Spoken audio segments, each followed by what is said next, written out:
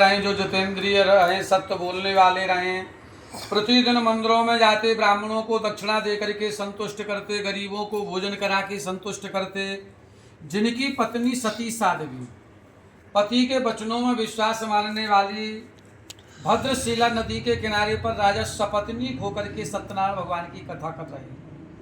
उसी समय एक साधु नाम का वैश्य आता है, जो नौका में व्यापार के लिए धन भरे हुए था। राजा को व्रतवा पूजन करते हुए देखता है तो कहता है कि किविदम कुरुते राजन भक्ति युक्त चेतसा। हे राजन, आप भक्ति युक्त चित्त से क्या कर रहे हैं और इसके करने से होगा क्या? तो राजा ने कहा कि विष्णु तुल्य सत्यनारायण भगवान का मैं व्रतवा पूजन कर रहा हूँ, इन्हीं की कृपा से मुझे संतान की प्राप्ति होगी। तो साधु वैश्य ने कहा कि महाराज, संतान तो हमारे भी नहीं, इस व्रत का विधान यदि आप हमें बतला देंगे तो हम भी सत्यनारायण भगवान की कथा करेंगे। आज राजा ने व्रत का विधान बतला दिया तो वह अपने नगर में पहुंचा और अपनी पत्नी लीलावती से बोला कि आज तो हम ऐसी कथा को सुनकर के आए हैं जिससे हमें संतान की प्राप्ति होगी, लेकिन उस कथा को हम करेंगे तब जब हमारी संतान हो जाएगी। एक दिन की बात है, उसकी पत्नी लीलावती सांसारिक धर्म में प्रवर्तित हुई तथा सत्यनारायण भगवान की कृपा से गर्भवती हो गई। समय के अनुसार 10वें महीने में उसके कन्या रत्न का जन्म हुआ। दिनों दिन वह इस प्रकार से बढ़ने लगी जैसे शुक्ल पक्ष का चंद्रमा बढ़ता है। कला कला से बढ़ने के कारण से उसका नाम रख दिया कलावती। एक दिन की बात है, लीलावती ने कहा कि स्वामी, आपने संकल्प लिया था कि जब हमारी कोई संतान होगी तब हम कथा करेंगे, अब आप कथा करिए।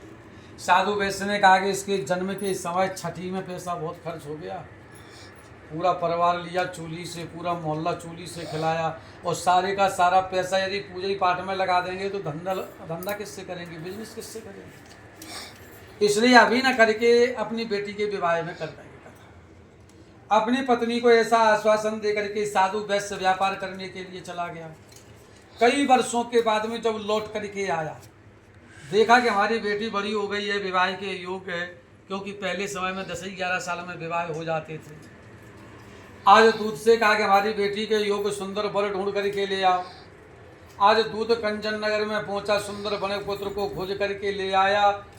पहले नवई पंडित ब्याह कर जाओ और बड़ी अच्छी चलती जीवन भर। सही है, सही है। और आज देखे बिगड़ रही है कि 4 बार।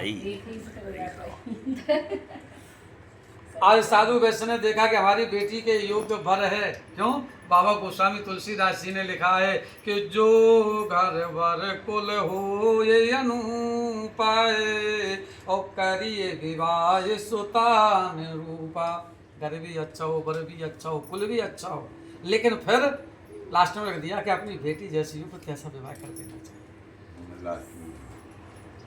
तो आज साधु वैश्य ने देखा तो अपनी बेटी का विवाह अपने परिवार वालों के साथ में मिलकर के उस बड़े पुत्र के साथ में कर दिया। किंतु दुर्भाग्यवश विवाह में भी सत्यनारायण भगवान की कथा करना और दामाद को साथ में लेकर के राजा चंद्रकेतु की नगरी रत्नसारपुर नगर में व्यापार करने को चला गया। भगवान ने देखा कि भ्रष्ट प्रतिज्ञ आलोक्यम तस्मै शापम प्रदत्तवान। भगवान ने देखा ये तो अपनी प्रतिज्ञा से ही भ्रष्ट हो गया। पहले बोल रहा था कि जब हमारे कोई संतान होगी तब कथा करेंगे, संतान हो गई फिर भी कथा नहीं, फिर बोला विवाह में कथा कर देंगे, विवाह भी कर लिया फिर भी कथा नहीं। अरे झूठ पर झूठ बोलता चला जा रहा है। भगवान ने उसको श्राप दे दिया, जा तुझे दारुण से दारुण, कठिन से कठिन, मान से मान दुख प्राप्त हो। और जब भगवान ही श्राप दे देवे फिर उसकी कौन रक्षा करने वाला। आज भगवान ने जब श्राप दे दिया तो लीला रच दी भगवान। जहाँ पर ये ससुर दामाद दोनों व्यापार कर रहे हैं, वहाँ राजा के यहाँ चोर चोरी करने के लिए अंदर प्रवेश कर गए महल में, और राजा के धन को लेकर के जैसे ही बाहर निकले तो सिपाहियों ने उनको देख लिया कि राजा के धन को चोरी करके ले जा रहे हैं। जब सिपाहियों ने पीछा किया, चोरों ने देखा, सिपाहियों ने देख लिया है, अब जब तक राजा का धन अपने पास में रहेगा तब तक ये सिपाही पीछा करना नहीं छोड़ेंगे। पकड़े गए तो मार लगेगी, जेल में बंद कर दिया जाएगा, धन तो छुड़ा ही लिया जाएगा। अब बचना है तो एक ही उपाय है कि राजा के धन को त्याग दो। आगे चले जा रहे थे, ऐसा विचार करते हुए दोनों वैश्य व्यापार कर रहे थे तो उन चोरों ने क्या किया कि राजा के धन को लेकर के वैश्यों के पास में रख दिया। क्यों? तुलसी जस भवितव्यता तैसी मिले सहाय, और ताय न पहुंचे ताय पर ताय कहाँ ले जाए। आज सिपाहियों ने जब पीछे से जाकर के देखा तो राजा का धन उन वैश्यों के पास में रखा हुआ है। सिपाहियों ने समझा कि यही दोनों चोर हैं, जब इनके पास में धन रखा हुआ है।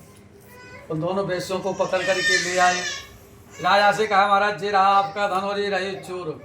उन्होंने बहुत कहा कि महाराज मैं तो बनिया हूँ, व्यापार करने के लिए आया था, मैंने चोरी नहीं की। लेकिन भगवान की श्राप के कारण से, या जब समय अच्छा नहीं हो तो अच्छी बात लोगों को बुरी लगने लगती है। फिर आज न तो उनकी कोई बात सुनी गई, न कोई बात मानी गई। जो उन वेश्यों के पास में धन था वह भी छुड़ा लिया गया और कठिन कारागार यानी जेल में डाल दिया गया। घर पर जो धन रखा था इधर लीलावती कलावती के पास में, वहां पर भी चोरी हो गई। लीलावती कलावती अन्य की चिंता में दर दर की ठोकरें खाने लगी। एक दिन की बात है, कलावती एक ब्राह्मण के भवन में गई थी, कथा हो रही थी।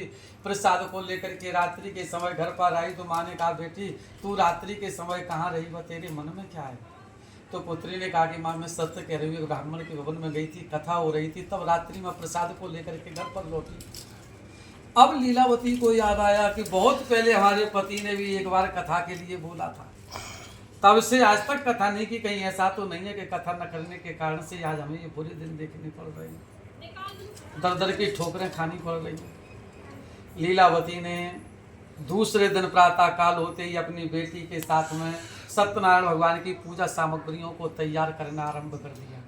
अपनी बेटी के साथ में सत्यनारायण भगवान का व्रतवा पूजन किया और भगवान से क्षमा याचना की कि हे सत्यनारायण भगवान, हमसे, हमारे पति से, दामाद से, घर के फिर अन्य किसी भी सदस्य से यदि कोई अपराध हुआ हो तो महाराज क्षमा करें। और इस व्रत से प्रसन्न होकर के हम ये चाहते हैं कि हमारे पति शीघ्र ही नगर को दामाद के साथ शीघ्र ही नगर को वापस लौटाएं।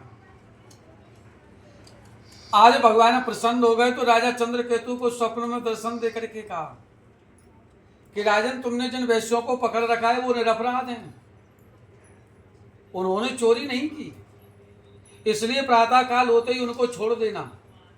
और यदि तुमने ऐसा नहीं किया, उनको नहीं छोड़ा, तो तुम्हारा राज धन पुत्र सब कुछ मैं नष्ट कर दूंगा।